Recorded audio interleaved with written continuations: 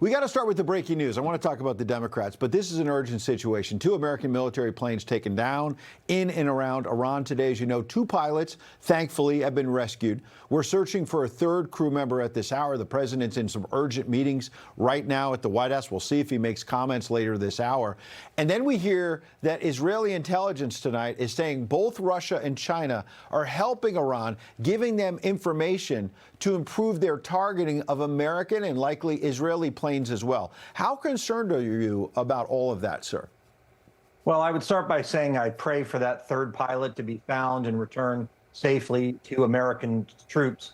As it relates to Russia and China, that's very disturbing, and it's certainly an escalation. I mean, we need to defeat what's going on in Iran because you've got a suicidal, megalomaniacal religious group running that place that wants 2 things, a nuclear weapon and the ability to deliver that to the United States. That's not something that we can allow to happen. And so we're doing this to make sure that the world is safe. And the idea that Russia and China might want to help Iran get a nuclear weapon is very, very disturbing. Yes, and if they're helping them with intelligence to target American and Israeli planes, Congressman, does that concern you that the president's big speech this week about wrapping all of this up, that if China and Russia are more directly involved here, maybe not with weapons, but with intelligence targeting America and Israel, does this drag this war out longer than the president and you want?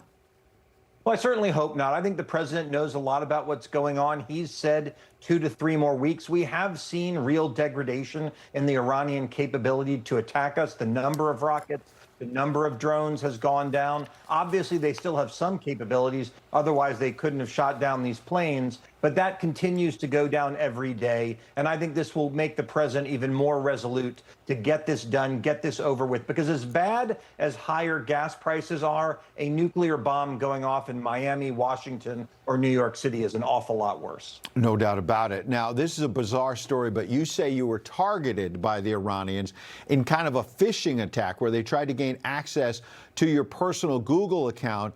And this was disguised not in an email like people get these phishing attacks, but a television interview request, or maybe it was in the form of an email requesting it. What happened? So someone claiming to work for Newsmax actually tried to set up an interview with us, and we were pretty convinced it was you all. And we tried to do the interview, and it didn't work. And so we just sort of said, well, something must have gone wrong technically. Then a couple of days later, Capitol Police and the IT folks reach out to us. A state actor tried to gain access to your Google account. We've actually met with the FBI about it, and it appears that the IRGC tried to get access to my Google account. Perhaps they could see where I was going when I used Google Maps. I think we've seen them target Kash Patel. They've targeted me. I'm sure they're targeting other people. I think it just says that Americans really need to be on high alert right now. Wow. So this was like a Zoom link or something that would have made it seem like an interview. Did the Capitol Police tell you that other lawmakers, I mean, you referred to others being targeted, but is this more than just you, sir? Yes, there were others targeted. I don't know who they were. The tell was they wanted us to use Google Meet, and you all tend to use.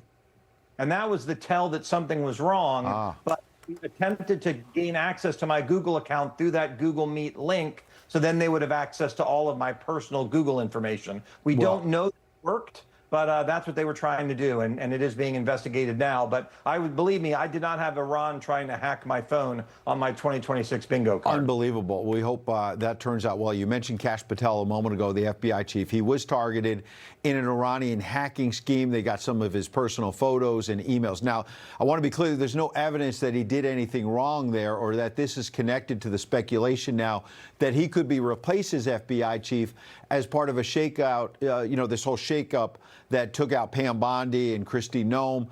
Maybe the president's frustrated about the lack of prosecutions of Democrats. Polymarket, by the way, the betting odds folks predict a 60% chance that Kash Patel could be pushed out by summertime. There's been denials of this, but my question really is, do you think that Pam Bondi, it was justified for her to be pushed out, that you'd like to see new leadership?